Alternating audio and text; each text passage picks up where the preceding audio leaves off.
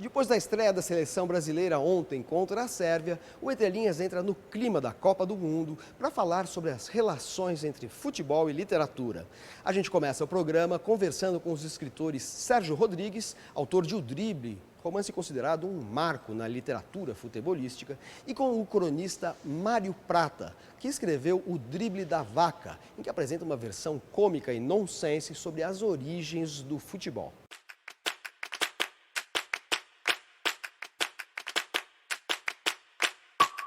No Drible da Vaca, você conta a origem, ou a suposta origem do futebol, num romance que tem muito de pesquisa histórica, mas também de muita fantasia, com personagens reais ou personagens até da ficção.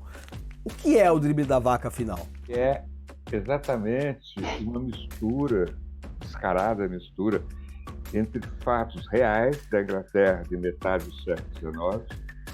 Nem era para ter tanta pesquisa, mas eu fui me empolgando com a época, com a situação, e misturar personagens reais, Rainha Vitória, o filho dela, que deveria ser o Eduardo VII, com personagens fictícios, como é o caso do narrador, é o Watson, o meu caro Watson. É uma coisa de desnortear o leitor, né? Porque há várias referências históricas e invenção a partir dessas referências históricas. O tempo todo você faz isso, a começar pela própria estrutura do livro. Você apresenta como um manuscrito do Watson, anotado por Mário Prata, que assina inclusive um interfácio em dado capítulo em que você se insere na narrativa, né? Eu achei que devia uma explicação, aí eu falei, não vou fazer o prefácio, vou fazer aqui mesmo. E fui lá, interfácio, para explicar um pouco, né, que não era eu que estava escrevendo, era o John, e eu tinha traduzido e fazia só o rodapé que eu assumo como o meu, né? Olha aí, ó, da torcida. E esse livro, ele não foi organizado, pré-organizado, mas eu fiquei 3 anos pesquisando e inventando bobagem para pôr ali, que foi o livro mais difícil que eu fiz, mais demorado, né? E começou sem querer, porque um dia, quando meu time Linense subiu para a primeira divisão, Paulista, Linense, a gente invadiu o campo no final do jogo, da final, e eu fui fazer umas fotos debaixo do gol, e eu vi o tamanho do gol, um negócio imenso, você ficar ali debaixo daquele gol, sabe? É muito grande. Aí eu entrei no Google para saber o tamanho. E está lá, 8 jardas por 8 pés. E foi tirado do portão principal da Universidade de Cambridge, na Inglaterra. Aí eu comecei. Já entrei na universidade, fui procurar o portão, já vi que tinha um pub do lado assim e tal. E começou, né, a vir a coisa. Foi tudo acontecendo muito suavemente. Você tem algum livro que você admire particularmente no Brasil, da literatura brasileira, ou mesmo na literatura internacional, que trate de futebol? Tem um livro que eu descobri agora também, que eu não conhecia, do Lima Barreto, O Futebol de Lima Barreto. Ele era contra o futebol. Porque o futebol, quando começou no Brasil, era uma coisa da super elite. Negro não jogava. E o Lima era negro. Eu descobri uma coisa, nessa pesquisa, descobri uma coisa incrível também. Por que a torcida chama torcida? Você sabe? Não? É incrível. E é verdade. É que as mulheres começaram a ir a jogos do Fluminense, as Laranjeiras, anos 20, 30. Só branco jogando. E era um programa, assim, igual ao Corrida de Cavalo, era tipo elegante, de chapéu, com luvas. E ficavam nervosas, começavam a torcer as luvas de nervosismo. Então, torcer e torcida veio daí.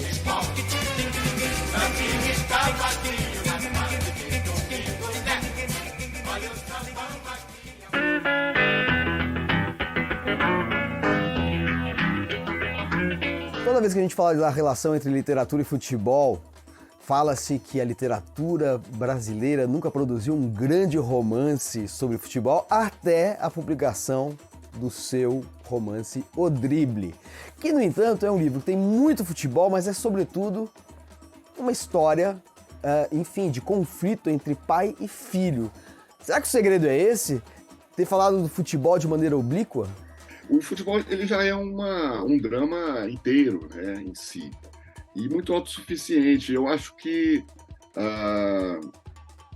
quando eu comecei a contar essa história, esse livro me tomou muitos anos de trabalho, e eu acho que uma das grandes dificuldades foi justamente essa, quer dizer, conseguir acessar aquele mundo, mas trazendo uma história que não se restringisse a esse mundo.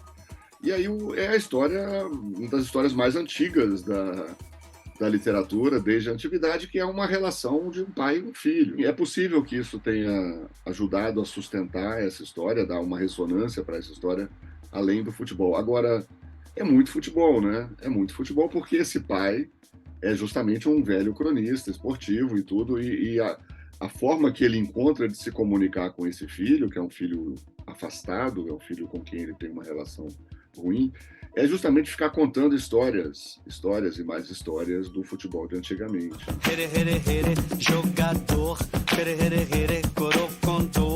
Uma das maneiras de estabelecer esse contato é mostrar para o filho uma velha fita de VHS em que tem aquele corta-luz genial do Pelé contra o Uruguai, que é uma jogada genial que não resultou em gol. Por que você escolheu esse momento? Eu queria uma jogada muito emblemática do Pelé numa Copa do Mundo. Tem várias, né?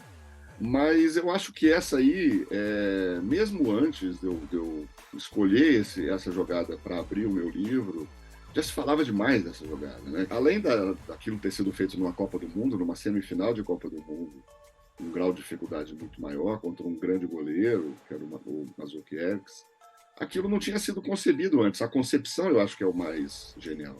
E além disso, tem o fato de que essa bola não entrou. Eu acho que se essa bola tivesse entrado, ela teria dado um alívio, né? O gol é um alívio, né? O gol é um orgasmo. Ela teria proporcionado um alívio que talvez tornasse, pode parecer meio paradoxal, mas talvez tornasse o lance mais esquecível. Eu acho que o fato desse lance ser tão marcante é um certo inconformismo que ele gera, sabe? Como que é possível uma jogada tão genial e tão linda não ter terminado em gol? É como se fosse uma injustiça cósmica.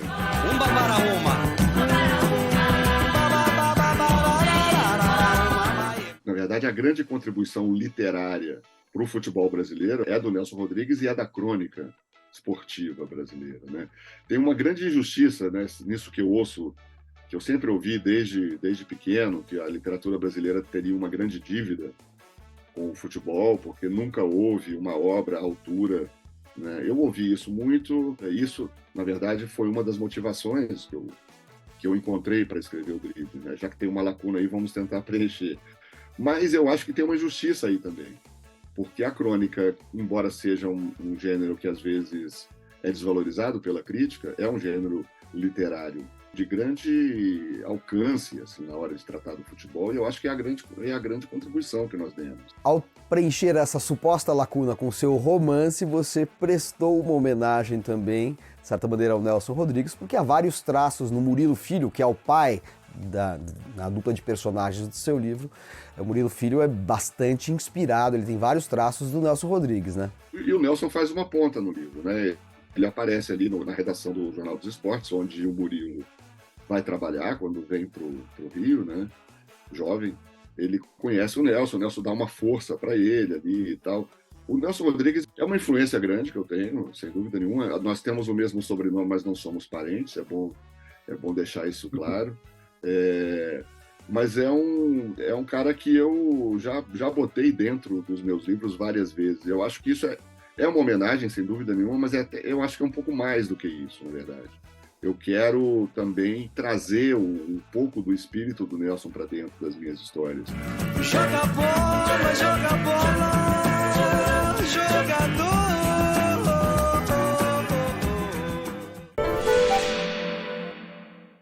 Dizem que o Brasil é o país do futebol, certo?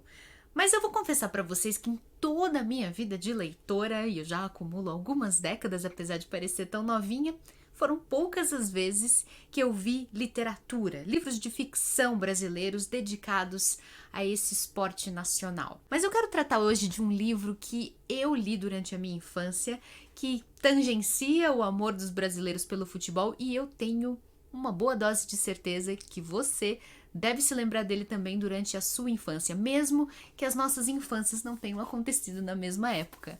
Porque eu tô falando do Gênio do Crime, do João Carlos Marinho, um livro lançado em 1969 e que desde então é marcante em várias gerações de crianças brasileiras. Ele é, inclusive, um dos maiores sucessos de vendas da história da literatura brasileira. Existem estimativas de que mais de 1.200.000 cópias desse livro já tenham sido vendidas, e o número vai rodando porque as escolas continuam trabalhando em sala de aula, então provavelmente novos recordes vão ser batidos. Agora, o que essa história tem de tão especial? São 3 meninos, 3 amigos, Bolacha, Edmundo e Pituca, que vão investigar um esquema de vendas fraudulentas de figurinhas de futebol. Sim, tudo começa com uma febre entre as crianças. Todos querem completar o álbum de figurinhas dos jogadores de futebol do Campeonato Brasileiro daquele ano. Todo mundo queria completar, mas faltava uma figurinha, a mais difícil, a figurinha de Rivelino. E para conseguir essa figurinha, as crianças recorreram a um cambista que encheu as crianças com essa figurinha rara, só que essas figurinhas eram falsas. Isso fez com que uma multidão de crianças batesse na porta da fábrica de figurinhas exigindo o prêmio prometido pela fábrica. Só que a fábrica não conseguia suprir todas aquelas crianças que de uma vez só vieram exigir seus prêmios. Tudo porque o esquema das figurinhas do Rivelino vendidas pelo cambista era falso. E ele foi a pontinha de um carretel que, ao ser desenrolado pelos 3 amigos da Turma do Gordo, acabou revelando uma rede criminosa comandada por um certo gênio do crime. As crianças vão investigar quais são as pontas soltas desse esquema criminoso, vão contar com a ajuda de um detetive, um escocês, o Mr. John, e elas vão acabar desvendando esse mistério de maneira inesquecível. Todas as crianças que leem O Gênio do Crime adoram esse livro, é um grande convite para a leitura quando a gente está aprendendo, quando a gente está sendo alfabetizado. Uma excelente recomendação caso você queira estimular alguma criança do seu convívio a gostar de ler. E com essa recomendação eu encerro o vídeo de hoje, a gente se encontra no próximo encontro. Até mais! Depois do intervalo, o ensaísta e compositor José Miguel Wisnik e o historiador Hilário Franco Júnior lançam um olhar sobre a identidade cultural brasileira pela lente do futebol. O Entre Linhas volta já.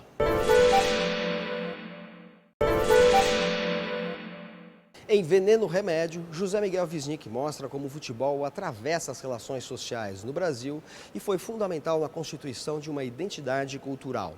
Já a Dança dos Deuses, de Hilário Franco Júnior, é um estudo de fôlego sobre as origens e mutações do futebol, fazendo um contraponto entre o esporte e dimensões políticas, religiosas e psicológicas. O Entre Linhas fez um bate-bola com esses 2 mestres do ensaísmo brasileiro.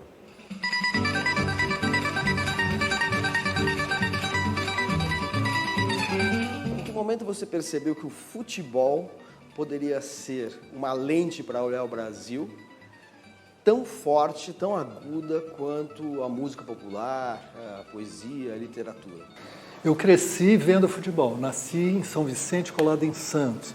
Então, ali era um mundo em que tinha futebol por todo lado. E tinha o Santos Futebol Clube, que era o centro do futebol mundial àquela altura. Tudo era local, era nacional e era mundial. Conforme eu fui crescendo, pensando sobre o lugar daquilo, na relação com as outras dimensões da cultura brasileira, um certo paralelismo com a música popular, porque também são as grandes contribuições originais do Brasil para o mundo, que vêm de uma expressão popular, né?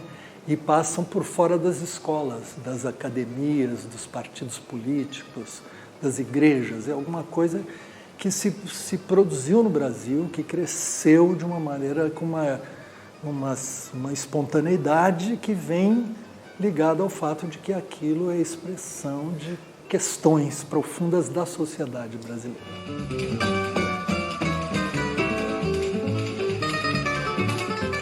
queria que você explicasse esse título para quem não conhece ainda o seu ensaio Veneno e Remédio, o Futebol e o Brasil. O Brasil constitui uma identidade no qual a música tem grande importância, o futebol também tem grande importância como maneira de reconhecimento do Brasil perante o mundo e perante si mesmo. Então, tem uma afirmação que vem dessa capacidade de uma cultura popular num jogo que é mundializado, expressar-se de maneira original, singular e vencedora, e além disso encantadora. Isso fez história e isto, vamos dizer, projeta a imagem de um país que seria capaz vamos dizer, de unir as pontas, né, da competência com a arte, digamos. Isso faz com que o futebol projete uma imagem do Brasil, que seria, vamos dizer, a melhor daquelas que nós conseguimos imaginar até aqui, se isso virasse um modelo de relações sociais em que a desigualdade seria, vamos dizer, vencida ou superada, porque ali a expressão realmente popular encontra a sua face, né? Quer dizer, de um país que seria democrático. O Brasil não é uma democracia racial, mas no futebol é como se essa promessa vigorasse.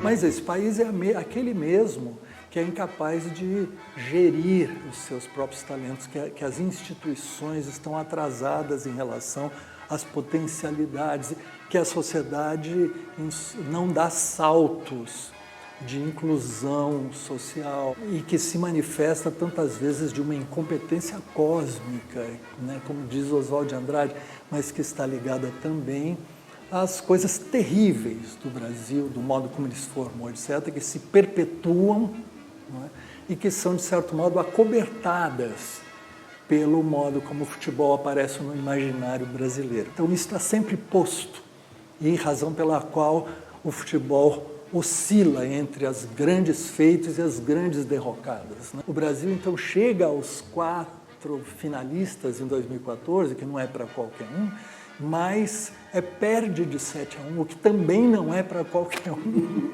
Então, é uma espécie de grande feito pelo avesso. Tudo isso é veneno-remédio. Expressão que vem de um termo grego que tem essa ambivalência, que é fármaco, né? Exatamente. A palavra grega fármakon, a mesma raiz de farmácia, ela designa tanto o remédio, que pode curar, como o veneno, que pode matar, só a depender da dose.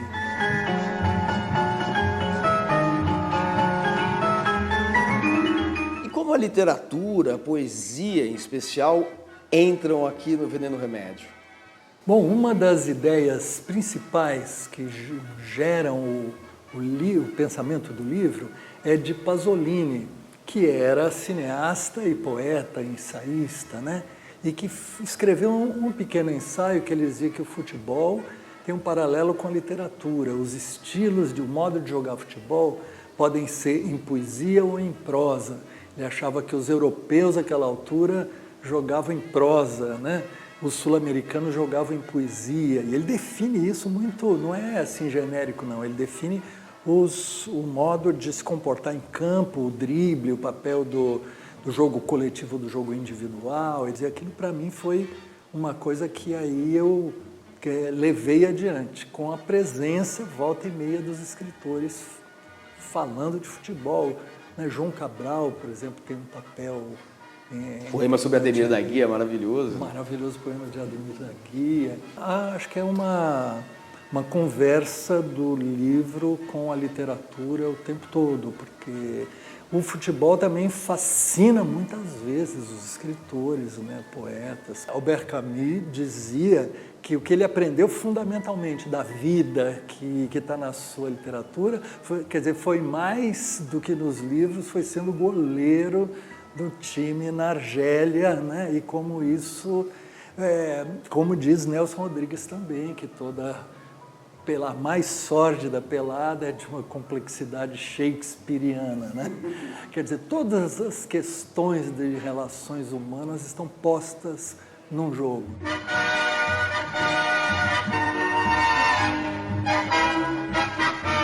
que leva um historiador e um medievalista a escrever um grande ensaio sobre futebol? De um lado é a paixão pelo futebol, sempre gostei de futebol, de frequentar estádio, tá? De acompanhar alguma coisa do noticiário. E justamente porque eu gostava de futebol, porque eu conhecia algumas publicações de futebol, sobre futebol em outros países, eu comecei a perceber que no Brasil existia quase nada. Tá? Alguns relatos meio biográficos ou autobiográficos, algumas coisas extremamente descritivas de uma partida, de um determinado evento, mas não alguma coisa que tentasse compreender o futebol.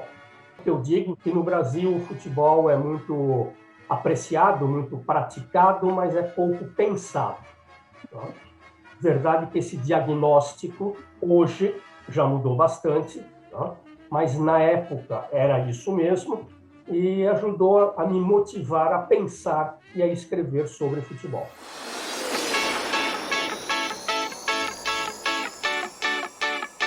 Seu livro também desfaz o mito de que no Brasil o futebol é uma criação exclusivamente das elites. Qual é, na sua opinião, a característica marcante do futebol brasileiro e que é fruto dessa história original? Se o futebol na Inglaterra é uma criação das elites, é uma criação estudantil inicialmente, ela logo ultrapassa os muros dos colleges, tá? E começa a ser praticado nas fábricas. Tá? A própria elite capitalista vê a aceitação desse jogo como muito positivo, diziam os textos dos jornais da época, que enquanto os operários no fim de semana estiverem jogando futebol, eles não estão se embebedando, eles não estão brigando, eles não estão criando problemas sociais e voltarão para o trabalho na segunda-feira, talvez um pouco mais cansados ou machucados, mas com uma disposição física e mental melhor. Tá? Veja, mais ou menos esse modelo é o que vai acontecer no Brasil. Tá? Porque se o futebol é introduzido pelas mesmas elites inglesas, tá? Por um mecanismo talvez não consciente, mas segue-se aquilo que acontecia na Inglaterra. Quer dizer, é bom colocar algum pão e circo para os trabalhadores, porque isso vai evitar, ou pelo menos minimizar, algumas reivindicações, alguns protestos, alguns movimentos sociais. Tá? E não é à toa que, logo ligado às fábricas, vão surgir no Brasil alguns dos mais antigos times. O mecanismo político-sociológico, digamos assim, eu continuo a acreditar que é o mesmo. O resultado da aplicação desse mecanismo é que vai variar no plano da habilidade, no plano lúdico. Tá? Justamente aqueles corpos brasileiros tão sofridos, tão malandros, tão adaptáveis às necessidades de uma vida muito dura, diferente do operário inglês, que leva uma vida dura, mas que tem regras, tem limites, tá? Aquilo caminha numa determinada direção, enquanto que no Brasil é numa outra completamente diferente. Tá? No Brasil tem o calor, no Brasil tem o espaço, no Brasil tem essa maleabilidade de corpos geralmente africanos ou ligados a raízes africanas, tá? Que é diferente daquela certa rigidez anglo-saxônica, tá? E isso vai levar a que a prática do futebol brasileiro, tá? Seja diferente do futebol inglês. Posso morrer pelo meu time, se ele perder, que dor imenso crime. Posso chorar se ele não ganhar, mas se ele ganhar não adianta, não há garganta que não pare de berrar. Esse Entre Linhas especial sobre literatura e futebol termina com uma entrevista histórica concedida à TV Cultura por Edson Arantes do Nascimento. O mundialmente famoso Pelé foi um dos maiores atletas de todos os tempos, acumulou mais de 70 títulos, prêmios e recordes e é considerado o rei do futebol. Até a semana que vem. Eu não sei se em alguma outra profissão eu possa alcançar o que eu alcancei no futebol, em termos de popularidade, de conhecimento, de viajar o mundo todo, entende? E isso realmente, durante muito tempo, fez parte da minha vida e hoje é parte da minha vida.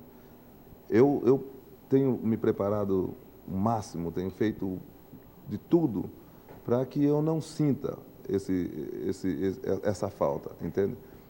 Eu tenho, por exemplo, eu tenho saído com os amigos lá em Santos, vou comer nos restaurantes ali de perto do escritório, lugar que eu não ia, coisa que eu não fazia, tenho conversado com um amigo, ando na cidade, para ver se eu passo a ser uma pessoa normal, isso eu não venho a sentir muito, entende? Agora, naturalmente, tudo que é modificado depois de um grande período tem que ter alguma diferença.